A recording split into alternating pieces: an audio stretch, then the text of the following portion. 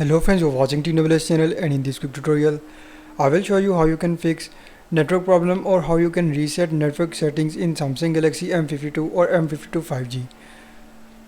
So to reset network settings in Samsung Galaxy M52 or M52 5G, simply first of all you just need to open settings. So for just tap on settings, and also don't forget to subscribe and hit the bell icon if you are first time on this channel.